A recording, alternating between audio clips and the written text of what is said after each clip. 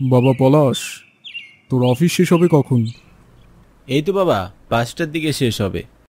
আচ্ছা শোন, তোকে তো একবার গ্রামের বাড়িতে যেতে হবে। কেন, কি হয়েছে আবার? তুই তো জানিস তোর দিদার শরীর অনেক খারাপ। আজ গ্রাম থেকে ফোন দিয়ে বলল তোর দিদা নাকি তোকে খুব দেখতে চাচ্ছে। আমারও দিদাকে দেখতে খুব ইচ্ছা করছে, কিন্তু নতুন অফিসে জয়েন করেছি, এখন তো ছুটি পাবো বলে মনে হচ্ছে না। শোন, তুই বরং অফিসটা শেষ করে আজই রওনা হ। ট্রেনের পথে পৌঁছতে তোর বেশি সময় লাগবে না। আবার আগামীকাল সকালে রওনা হয়ে তুই এসে আবার অফিস করতে পারবি। আচ্ছা ঠিক আছে, আমি অফিস শেষ করে তারপর রওনা দিচ্ছি। সেদিনের অফিস শেষ করে 2 ঘন্টা ট্রেন জার্নির পর বিধাননগর ট্রেন স্টেশনে এসে পৌঁছালাম। এখন সন্ধ্যা হয়ে গিয়েছে। পাশে থাকা একটি রিক্সা নিয়ে গ্রামের দিকে যেতে লাগলাম।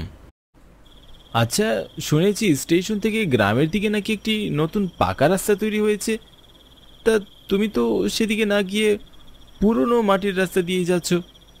নতুন রাস্তা দিয়ে মানুষজন দিনের বেলায় যাতায়াত করে, সন্ধ্যার পরে আর যাওয়া আসা করে না। কি কারণে যাওয়া আসা করে না? সমস্যাটা আসলে রাস্তা নিয়ে না, সেগুনতুলি জঙ্গলের দিকে অনেক সমস্যা, বুঝছেন? ওই জঙ্গলটা তো গভীর, রাত হইলে ওইখানে ভূত পেতের আড্ডা বসে।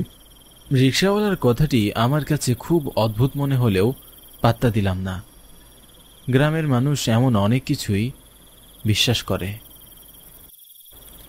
তারপর আমরা রিক্সা নিয়ে মামার বাড়ির সামনে এসে পৌঁছালাম। মামা মামিকে আগে থেকেই ফোন করে বলেছিলাম। গিয়ে দেখি তারা বাড়ির বাহিরে দাঁড়িয়ে আছে, আর আমাকে দেখে তারা অনেক খুশি হলেন। পথে আসতে কোনো অসুবিধা হয়নি তো তোর? না মামা, পথে আসতে তেমন কোনো অসুবিধা হয়নি। অনেকদিন পর এসেছিস, বেশ কয়েকদিন থাকতে হবে কিন্তু তোকে। না মামা, কাল সকালেই আমাকে রওনা দিতে হবে। নতুন চাকরিতে জয়েন করেছি তো, এখন ছুটি তো পাবো না। বরং এখন আরো দেরি করলে সমস্যা হতে পারে। আচ্ছা, তাহলে তোকে আর আটকাবো না, তবে পরে সময় করে আমাদের বাড়িতে আসিস। তুই তো এখন আগের মতো আসিসই না। আচ্ছা ঠিক আছে, এখন দিদাকে একটু দেখে আসি। আচ্ছা চল, তোকে দেখে অনেক খুশি হবে। সেদিন রাতে দিদাকে দেখে রাতের খাওয়া দাওয়া শেষ করে শোয়ার ঘরে আসলাম। মামাকে বললাম, মামা আমাকে ভোর 5টার দিকে ডাক দিও তো।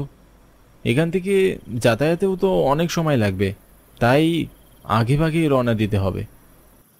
আচ্ছা তুই চিন্তা করিস না, তোকে আমি ঠিক সময় ডাক দেব। আর অত সকালে তো রিক্সা ভ্যান কিছুই পাবি না। আমার একটা সাইকেল আছে, এটা করে তোকে আমি স্টেশনে পৌঁছে দিয়ে আসবো নে। এখান থেকে হেঁটে গেলে তো বেশিক্ষণ লাগবে না, হয়তো 10 মিনিট লাগতে পারে। তোমাকে আর কষ্ট করে সাইকেল দিয়ে আর আসতে হবে না, আমি হেঁটেই চলে যেতে পারবো। সেদিন রাতে বেশিক্ষণ জেগে থাকলাম না, তাড়াতাড়ি ঘুমিয়ে পড়লাম, কারণ খুব সকালেই আমাকে রওনা দিতে হবে।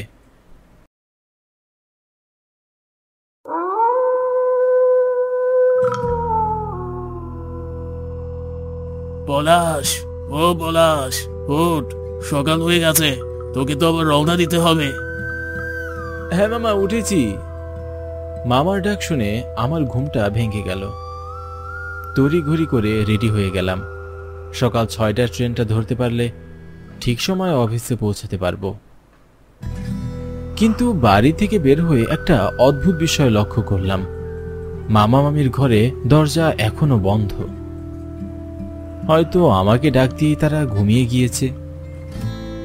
সারাদিন অনেক পরিশ্রম করে, তাই তো আমি আর তাদেরকে ডেকে উঠালাম না। এখন রওনা দিই, পরে তাদেরকে ফোন দিয়ে জানিয়ে দেব।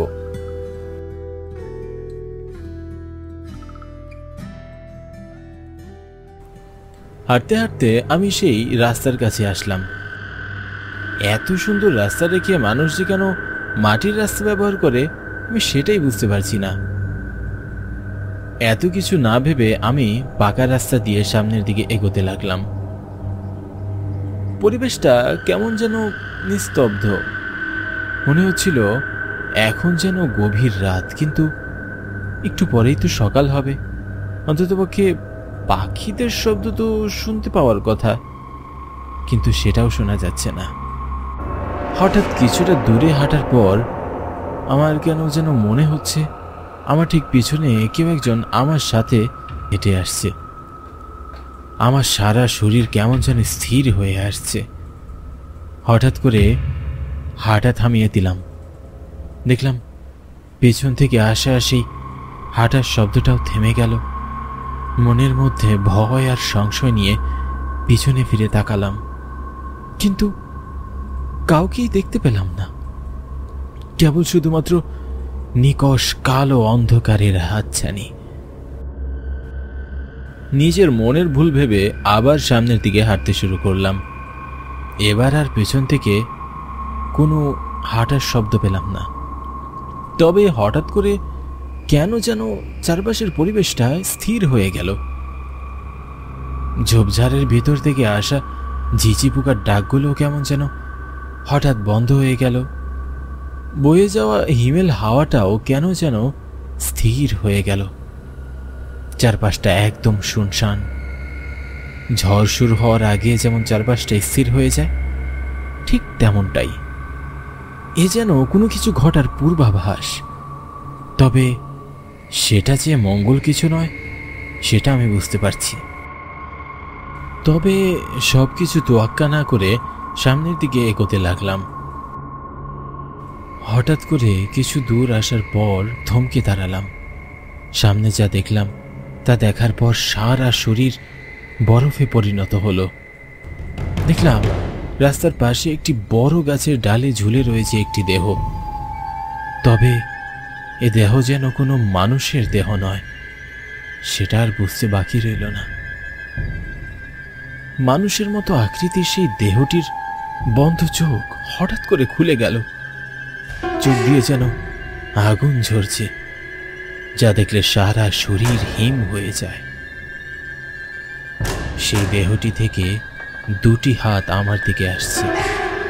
হাত দুটির গন্তব্যস্থান যেন আমার গলা।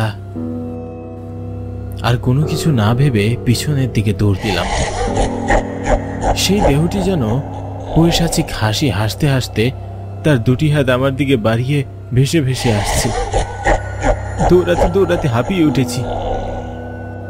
হঠাৎ সামনে দেখলাম মামা আমার নাম ধরে চিৎকার করছে, আমাকে ডাকছে।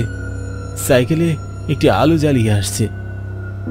মনে যেন কিছুটা স্বস্তি পেলাম।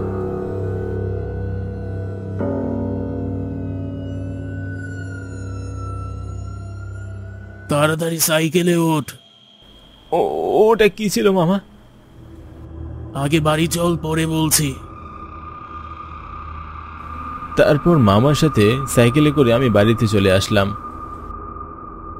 মামা মামির সাথে তাদের রুমে গিয়ে বসলাম। ঘড়ির দিকে তাকিয়ে দেখলাম রাত বাজে 3:30। তার মানে এরও আগে আমি বের হয়ে গিয়েছিলাম। তুই না বললি 5টার দিকে তোকে ডেকে দিতে? তুই এত আগে উঠে বেরিয়ে গেলি কেন? তুমি তো আমাকে ডাক দিলে, এরপর তো আমি আর সময় দেখিনি। দেরি হবে ভেবে আমি দ্রুত বাড়ি থেকে বের হই। আমার কথা শুনে মামা অনেক অবাক হয়ে গেল। এরপর বলল, কিন্তু আমি তো তোকে ডাকিনি। আমি আর তোর মামি তো 3টার দিকে উঠেছি, ভেবেছি তুই যেহেতু 5টার দিকে বেরিয়ে যাবি সেজন্য হয়তো আগে থেকে কিছু রান্না করব। তোকে তো আর খালি মুখে বিদায় দিতে পারি না। কিন্তু এসে দেখি তোর ঘরের দরজা খোলা আর তুই ঘরে নেই। তখন তোর মামির কথা মতো আমি সাইকেল নিয়ে ওই দিকটায় যাই। সত্যি মামা, তুমি না আসলে হয়তো আমাকে আজ মেরেই ফেলতো। ওই জায়গায় আগে থেকেই দোষ ছিল। আচ্ছা, এখন একটু বিশ্রাম নে, পরে আবার তোকে ডেকে দেবো নে। তারপর সেদিন 5টার দিকে মামা মামির কাছ থেকে বিদায় নিয়ে ট্রেনে অফিসে চলে আসলাম। তবে সেদিন রাতের ঘটনার কারণে অফিসের কাজে তেমন একটা মন বসাতে পারলাম না। স্বাভাবিক পরিস্থিতিতে ফিরতে আমার বেশ কয়েকদিন সময় লেগে গিয়েছিল।